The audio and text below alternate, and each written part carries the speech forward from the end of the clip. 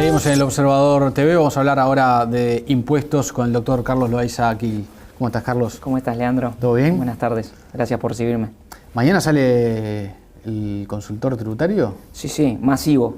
Va a ser ¿Más un IVA o masiva. Un éxito de ventas rotundo. Se agota. Dicen que es la edición del diario que más se vende. Los viernes, ¿no? Sí, los viernes, increíble. Un viernes por mes. Creo que es por el agropecuario, pero bueno, hay distintas El versiones. agropecuario agota siempre. Por supuesto. Te lo digo porque ahora viene Pedro Silva, el editor, y si no me Absolutamente. quedo en offside. Es por esa razón, pero nosotros también podemos Pero tratar ustedes de, aportan lo suyo. Hay que aportar. Sale una doble página que ya estuve espiando, pues ya está pronta, con varios temas. Estuvimos trabajando ahora. Sí, te cagás de poner el traje para... Hasta último minuto, sí, por supuesto. Con varios temas.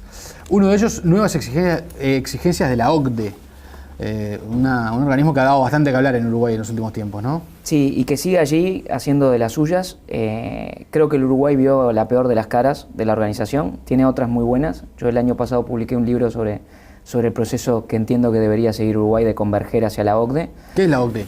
La OCDE es una organización, Organización para la Cooperación y el Desarrollo Económicos. Es un centro de diseño, de inteligencia de la arquitectura económica institucional mundial, donde están representadas las principales economías del mundo o asociadas y están asociadas las economías emergentes. Es el lugar donde los países desarrollados se unen y desarrollan un pensamiento técnico, claro, afín a sus intereses, naturalmente, ¿no? Y en el plano tributario ha tenido mucha visibilidad en los últimos años, también coincidente con la intencionalidad política que le ha querido dar Ángel Gurría, su secretario general, que es un muy buen político mexicano. Y bueno, digamos que el G20, al perder importancia a la ONU, se valió de la OCDE como un organismo creíble y legítimo técnicamente, y realmente tiene muy buenos técnicos y produce papeles y un pensamiento crítico muy interesante. ¿Para qué? Para cimentar un nuevo estándar tributario mundial, que claro, tiene muchas proyecciones, ¿no? Y en algún momento puso los ojos sobre Uruguay.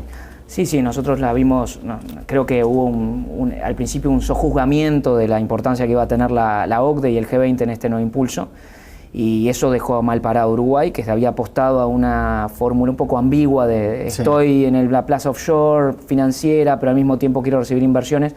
En el mundo de hoy eso ya no va más, y de hecho hay que tomar decisiones, lo cual no significa ponerse siempre en la peor posición, pero claramente un país como Uruguay, que no tiene grandes recursos naturales, proteger su reputación internacional es fundamental. Claro. Lo que yo decía en el libro que publiqué el año pasado es otra cosa más, que es, ya que nos obligan a hacer tantas cosas y que funciona también la forma que utilizan, que es el name and shame, ¿no? De apuntarte y obligarte por la vergüenza y por las presiones. Sí, te ponen en una lista ahí y... Ya sigamos esto que los economistas llaman enforceability, ¿no? La capacidad de coercionarte, utilicémosla para mejorar en otras áreas que son muy sensibles, por ejemplo educación, por ejemplo buen gobierno corporativo de empresas públicas. Donde la OCDE también pone foco. Y tiene un muy buen pensamiento crítico en esas áreas, en medio ambiente también. Pero bueno, ahora lo que decimos mañana es... la OCDE está liderando un nuevo proceso que el G20 le pidió que lo hiciera el año pasado en la reunión de San Petersburgo, en Rusia. Este año han salido las 15 medidas del proyecto BEPS, que es el proyecto de Base Erosion Profit Shifting, que básicamente es los países desarrollados dijeron vamos a conocer todo lo que hay en cualquier lugar del mundo y ahora lo que queremos es empezar a evitar, fruto de los escándalos como Google, Amazon, el propio Apple, que muestran una tributación en el mundo del 1%, dicen, bueno, esto no puede ser. Entonces, esas son grandes compañías que mediante algunas maniobras tributan bastante menos de lo que... Es que todos vemos, ahora tenemos una imagen muy interesante, no sé si... Sí, vamos a ver una caricatura, en realidad, ahí la tenemos. Es una caricatura que salió hace algunas semanas en este semanario de New Yorker, y que es muy graciosa porque dice, bueno, está en inglés, audítenlo o inspecciónenlo, pero por favor hagan que parezca un accidente. Y atrás está el IRS, que es la DGI americana. Bueno, este es el estado de ánimo que tiene hoy el mundo y los fiscos de los países desarrollados, y eso es el tono que le están imprimiendo a las medidas que exigen, ¿no? Entonces, estas medidas que comenta un socio de una firma en la que yo trabajé varios años en Europa, que es un especialista en el área, que se llama Belardo Delgado, y nos aporta en esta edición un artículo muy interesante sobre los cambios que exigen en el modelo de convenio para evitar la doble imposición. Y yo te diría que, en resumen, el Uruguay va a tener que enfrentar en los próximos años, en este año y en el siguiente, en Uruguay va a tardar un poco más, como todo llega un poco después, pero va a tener que enfrentar a hacer cambios en los convenios que ya negoció, en su normativa interna, y en particular en temas sensibles como es el intercambio de información y el secreto bancario. Eso es dos temas que para Uruguay fueron casi que emblemáticos, ¿no? Absolutamente. Y allí estamos, ¿no? en esa línea. ¿Pero tú crees que Uruguay debe ponerse a tiro con eso también? El problema es que es un target móvil, como ellos dicen. O sea, tú estás tratando de equipararte, pero es un espejismo. Cada vez que llegas te piden algo más, porque buscan más recaudación. Y bueno, también es el discurso electoral que tienen estos países que no terminan de despegar. Europa ahora de vuelta muestra señales de languidecer económico, entonces esto no va a parar. Y Uruguay tiene que saber estar en lo... ¿Cómo hace Uruguay para frenar esa avalancha de exigencias? Es una excelente pregunta. Lo primero es estar bien informado. No hay recetas, ¿no? Pero bueno, para eso está el consultor tributario. Bueno, hay que estar bien informado, hay que estar atento a lo que pasa en el mundo. Uruguay ha avanzado mucho en estar cerca, porque muchas veces cuando uno tiene, como dicen, de tus enemigos, lo primero que tenés que estar es cerca, porque tenés que saber por dónde vienen los tiros para esquivarlos. Bueno, estar cerca, estar informado, y una vez que se está cerca y se está informado, generar una discusión crítica y profunda sobre cada punto para adelantarse a la jugada. En algunas cosas lo hemos venido haciendo, en otras, no, acá yo bromeaba con Leonardo Lucy, que hace muchos años, un año antes de que pasara, sacamos una columna un 28 de diciembre, Día de los Inocentes, diciendo el fin de las acciones al portador. Un año antes de que pasara. El Uruguay tardó un año para que igual en el informe nos dijeran está mal. A Panamá se lo habían dicho un año antes, era evidente era obvio que iba a pasar. Entonces, no todo es tan obvio. El Uruguay ha puesto los mejores equipos del gobierno, doy fe, a trabajar en este tema, gente de la DGI, gente del Ministerio de Economía, gente del Ministerio de Relaciones Exteriores últimamente. Este es un tema de política exterior, no hay que ser ingenuo. Hay que buscar más político aliados. Que técnico. Absolutamente. Lo técnico es como la OCDE. La OCDE es un brazo técnico para un propósito político. De la misma forma tiene que encararse por los países que reciben las presiones, como una cuestión política que hay que darle un sustento técnico, digamos. Esa es la idea, ¿no? Esa es la clave. Y tenemos alguna cosita más. Pero siguiendo con lo de la OCDE un minuto antes.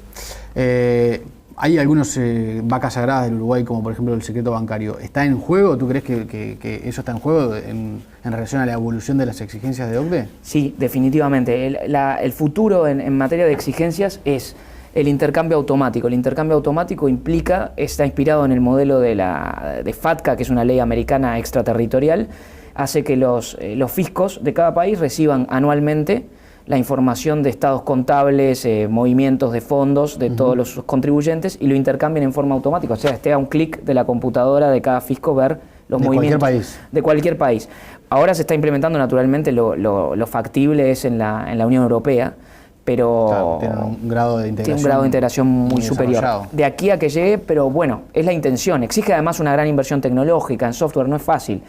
El Uruguay tiene muchos pasos que dar, muchos escalones que subir, pero que le van a presionar con eso, sí. Y además, tú pusiste un tema que a mí me parece interesantísimo, que es el Uruguay ante el fisco tiene secreto bancario, que fue flexibilizado en el 2009, fue el primer gran drama o trauma que sufrió la comunidad, la colectividad, digamos, empresarial. Pero la realidad es que hasta el año 1982 y la ley de intermediación financiera no había secreto bancario ante el fisco. O sea, en eso se parecía más al resto de los países, que en general no se puede oponer el secreto bancario ante el fisco. Claro. Esto tiene también que ver con algo muy interesante, que es cómo Uruguay ha sido muy sensible al tema de la intimidad y cómo en los últimos años las tendencias mundiales indican, y no digo que esté bien porque es algo muy sensible para la protección de los derechos individuales, pero a lo que van las tendencias mundiales es a decir, intimidad bien, bueno, yo no tengo por qué saber a qué colegio mandás a tu hijo, o mejor dicho, no tengo por qué saber si a tu hijo lo mandás a un colegio hebreo, católico o lo que sea, pero sí tengo que saber cuánto pagás, porque eso es intimidad económica, y la intimidad económica no tiene sentido, es una cuestión tiene sentido para que no te secuestren, pero no para que el fisco no pueda terminar sus tributos. Ese es el concepto. Sí, pero al mismo tiempo todos sabemos que hay bases de datos de fiscos que se venden, que hay corrupción, o sea, hay funcionarios infidentes. En Uruguay no hay casos, pero en Alemania hay casos, que es un fisco serio. O sea, es un tema muy sensible, muy complicado. Pero que se viene. Que se viene, sin dudas. Bueno, ¿qué otras cosas hay en la edición de mañana? Sin robar mucho tiempo, pero bueno, tenemos algo interesante que es una nota sobre centros de servicios compartidos. Hay una norma reciente de Uruguay que da una cantidad de beneficios. Centros de servicios compartidos básicamente son empresas multinacionales, regionales o mundiales que colocan en Uruguay su centro de prestación de servicios contables, fiscales, recursos humanos, jurídicos, de todo. El Uruguay se ha posicionado muy bien en esa área y un ejemplo es lo que ha pasado en las zonas francas, que representan casi el 4% del Producto Interno Bruto, y eso demuestra que el Uruguay se ha posicionado muy bien.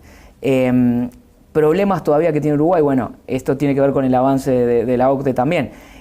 Tenemos mucho desarrollo en infraestructura y muy buena tributación aquí, porque realmente, por ejemplo, las zonas francas no tienen tributación, los que prestan los servicios, o sea, cuando les pagan, aquí no pagan impuestos, y en este tipo de normas, como el que se sancionó ahora de servicios compartidos, hace que aún cuando no estés en zona franca puedas tener una tributación menor.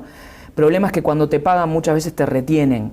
En los países de origen, al pagarte, te hacen retenciones y eso puede seguir dando bien la ecuación, pero es un problema. Por eso Uruguay tiene que seguir mejorando la red de convenios que tiene con el resto de Latinoamérica, porque eso la va a terminar de consolidar. Pero bueno, es un paso más en el sentido que decimos y vale la pena celebrarlo, ¿no?